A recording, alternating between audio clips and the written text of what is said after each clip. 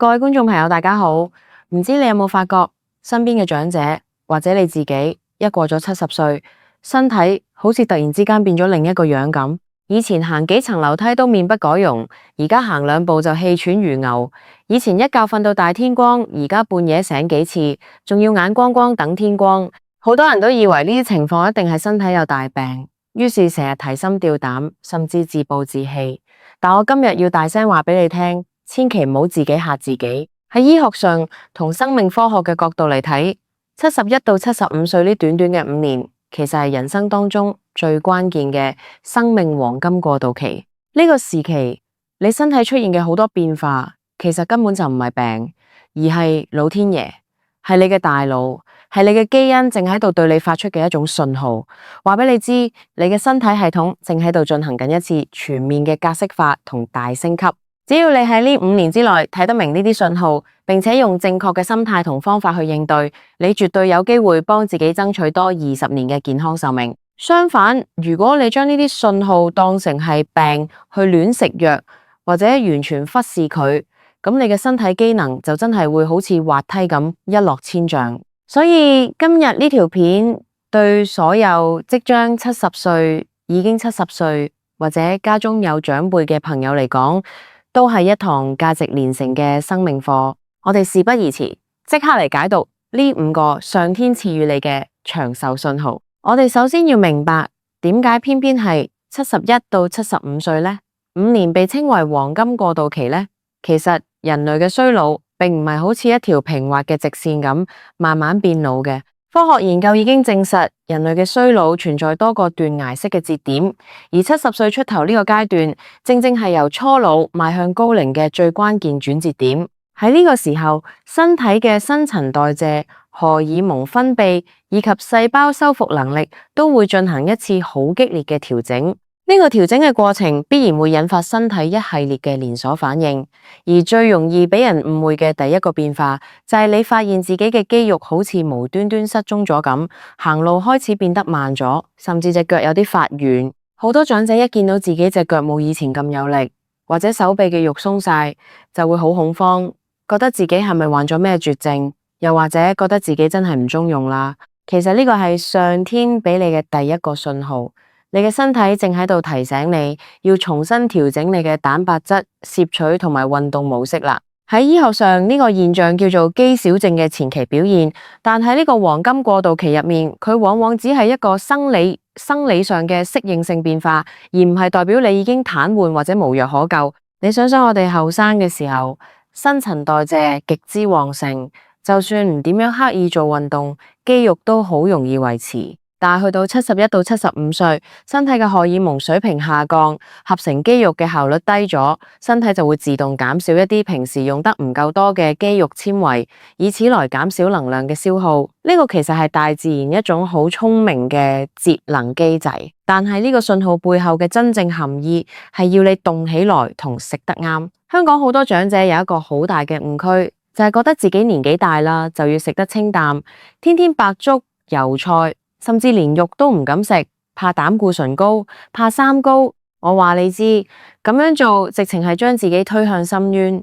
過咗70歲，你最需要嘅唔係清淡到冇營養，而係要補充足夠嘅優質蛋白質。你唔食肉，身體就冇原料去修復肌肉，結果肌肉流失得仲快。只要你睇明呢個信號，每日食夠蛋、豆腐、魚肉或者瘦肉，再配合簡單嘅阻力運動，例如扶住張凳做客微蹲，或者拿2樽水做客手部運動，你就會發現行路腳軟嘅情況會大大改善。呢個轉變係老天爺話俾你聽，你嘅身體需要新嘅營養策略，而唔係你已經玩完。跟住落嚟，我哋講第2個經常嚇親人嘅變化。呢個變化同好多長者嘅心臟同血管有關，那就是血壓開始變得好不穩定，甚至比後生嘅時候高咗一截。好多長者每日朝早第一件事就係量血壓，一見到個數字去到140甚至150，就驚到心跳加速，即刻食多粒降壓藥或者急急腳跑去睇醫生。但係如果你正處於71到75歲呢個生命過渡期，血壓適度地升高，往往唔係一個病，而係你嘅身體為咗自救而做出嘅一種代償性反應。大家想象一下，隨住年齡增長，我哋全身上下嘅血管，由大動脈到微血管，都不可避免地會出現一定程度嘅硬化，彈性冇以前咁好，同時心臟嘅泵血功能亦都冇咁強勁。如果呢個時候你嘅血壓仲保持住後生仔嗰種120嘅完美水平，咁會發生咩事？答案係你大腦嘅血液供應會嚴重不足，全身上下嘅重要器官都會處於缺氧狀態。所以你嘅大腦作為總指揮官，喺呢個時候就會發出指令，要求心臟適當地提高血壓，好讓血液能夠順利咁突破重重阻力，輸送去到你嘅大腦同各個臟器。如果我哋唔明白呢個長壽信號，盲目追求完美嘅低血壓，夾硬用重藥將血壓壓得好低，好多時反而會搞到長者經常頭暈眼花、行路不穩，甚至增加咗腦中風嘅風險。當然我唔係叫你完全唔理血壓，如果血壓飆升到180、200，嗰個當然要即刻睇醫生。但如果只係比以前高咗少少，維持喺130多到140多之間，而你又冇任何頭暈、頭痛或者胸悶嘅不舒服，呢個其實係你身體嘅血管正在與時間賽跑，維持供血平衡嘅一種信號。老天爺透過呢個變化，話俾你知你嘅血管硬度變咗，你嘅生活步調、情緒起伏，亦都應該要跟住慢落嚟，唔好再好似後生嗰陣咁急躁，要學識放鬆，咁樣你嘅血壓自然就會維持喺一個安全而且適合你呢個年紀嘅新平衡點。第三個令無數長者同仔女都非常擔憂嘅變化，就係記憶力好似突然變差咗，成日轉頭就唔記得嘢。例如行入廚房諗住拿把剪刀，一入到去就呆企喺度，完全諗唔起自己想拿咩。又或者見到個熟人，明明好熟，但偏偏喺嗰一刻叫唔出對方個名。好多人一遇到呢種情況，第一個反應就係大鑊嗱，我係咪患咗腦退化症？我係咪要變痴呆乸？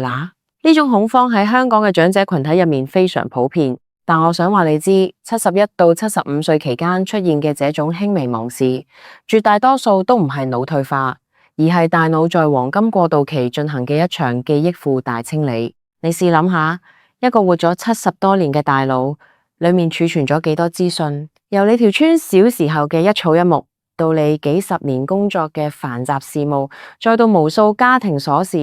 你嘅大腦硬碟其實已經塞得好滿。去到呢個年紀，大腦嘅神經網絡為了保持高效運作，它會主動將一啲不重要、不常用嘅短期記憶或者瑣碎事邊緣化，甚至刪除，以便將珍貴嘅大腦資源留俾更重要嘅事情，例如維持你嘅生命體徵、調控內臟運作。真正的腦退化症係會連好基本嘅生活常識都忘記，例如唔記得返屋企條路，唔記得點樣注衫，甚至唔認得至親。而你僅僅係一時間諗唔起個名，或者忘記咗拿咩，事後往往又能自己諗返起。呢個在醫學上叫良性健忘。呢個變化係老天爺俾你嘅第三個信號，佢想話俾你聽，你嘅人生下半場應該要學識斷捨離啦。你嘅大腦已經唔想再記住咁多無謂嘅八卦，咁多過去嘅恩怨情仇。睇明呢個信號嘅長者會開始減少胡思亂想，保持內心嘅清靜。你要做嘅唔係日日擔心自己會痴呆，而係多點動手動腦，例如跟朋友打下麻雀、讀下報紙，主動去學習一啲新嘅小手工，或者好似我咁睇下唔同嘅奇聞趣事，保持大腦嘅活躍，你嘅大腦神經網絡就會重新建立新嘅連結。呢個清理記憶嘅過程，反而會成為你保持精神清爽嘅契機。第四個變化，相信會引起好多長者嘅共鳴。那就是睡眠時間變得越來越短，而且好容易醒。好多老人家同我講，以前讀書返工嘅時候，點瞓都瞓唔夠，一躺下床就瞓到不省人事。但自從過咗70歲，每晚10點幾頂唔順去瞓，凌晨3、4點就自然醒咗，醒咗之後就再都瞓唔返。佢哋覺得好痛苦，覺得自己失眠，於是去睇醫生拿安眠藥，結果越食越精神不振。其實71到75歲嘅睡眠模式改變係身體完全正常嘅生理演化，佢絕對唔係病。科學家研究發現，隨住年齡增長，人體內分泌嘅褪黑素，也就是控制我哋睡眠週期嘅一種重要荷爾蒙，分泌量會大幅減少。同時，由於長者日間嘅體力消耗冇後生仔咁大，你嘅身體其實根本就唔需要以前那麼長嘅睡眠時間。後生仔要瞓8個鐘，是因為佢哋要修復大量運動後嘅肌肉，同埋應付繁重嘅腦力勞動。而對於一個70多歲嘅長者嚟講，每日能夠有5到6個鐘頭高質素嘅睡眠，其實就已經完全足夠供應你全日嘅能量所需。老天爺俾你呢個信號，其實背後藏住一個好美麗嘅秘密。佢想送多點時間俾你。好多100歲長壽老人，佢哋都有一個共同特點，就是每天早睡早起，而且絕對唔會因為早醒而感到焦慮。當你凌晨4點醒咗，唔好夾硬逼自己繼續瞓，亦唔好喺床度翻來覆去乾著急。你可以索性起床，飲杯暖水，喺露台望下天色由暗變亮，或者等天亮咗之後去公園散下步，吸下新鮮空氣。只要你日間精神奕奕，冇頭暈眼花，咁樣嘅睡眠就完全冇問題。相反，如果你因為早醒而產生巨大嘅焦慮，甚至依賴藥物，藥物嘅副作用反而會破壞你大腦嘅自然節律，搞到你日間昏昏欲睡，行路容易跌倒，咁樣就真係會誘發大病。接受並順應呢個睡眠信號，你會發現自己多咗好多可以好好支配嘅清晨時光。呢個正是長壽嘅徵兆。最後我哋嚟講第5個變化，呢個變化最容易俾人忽略，但亦都最考驗大家嘅智慧，那就是消化能力好似變差咗，胃口冇以前咁大，而且食少少嘢就覺得飽，甚至有時會肚脹脹。好多長者一遇到呢個情況就會好擔心自己係咪胃部有大問題，或者腸胃生咗啲咩唔好嘅嘢。但係喺呢個黃金過渡期入面，消化系統嘅減速其實係身體自發性嘅一種保護機制。大家要明白，我哋嘅腸胃蠕動同消化液分泌係需要消耗身體大量嘅能量同血液嘅。當你行到71到75歲，身體嘅整體能量儲備冇以前咁充沛。如果腸胃仲好似後生嗰陣咁，每日都要大魚大肉，消化大量高脂肪、高難度嘅食物，咁你嘅心臟、大腦同其他重要器官就會被搶走大量嘅血液供應。你試諗下，點解好多人食完大餐之後會特別眼困？就是因為血液都跑去腸胃度工作啦。如果長者餐餐都食得太飽太油膩，心臟嘅負荷就會過重。呢個亦都係點解好多心血管疾病容易喺飯後發作嘅原因。所以胃口變少，食得比以前少，其實是老天爺喺度幫你嘅心血管減負。呢個信號係話俾你知，你嘅飲食方式要全面轉向小而精啦。既然食量減少咗，咁我哋食入肚嘅每一啖食物都應該要係充滿營養嘅。香港人最中意講嘅少食多餐，喺呢個時候就派上用場啦。你可以將一日3餐拆成4餐甚至5餐，每餐只食7分飽。食物要煮得軟熟一點，容易消化一點，多食一啲新鮮嘅蔬菜，容易吸收嘅魚肉，減少精製澱粉同埋煎炸油膩物。當你順應咗呢個腸胃嘅信號，你就會發現，雖然你食得冇以前咁多，但你嘅精神反而更加好，身體亦都變得更加輕盈，全身上下嘅臟器都因為負擔減輕而得到了喘息同修復嘅機會。呢個正正就是多活20年嘅基石。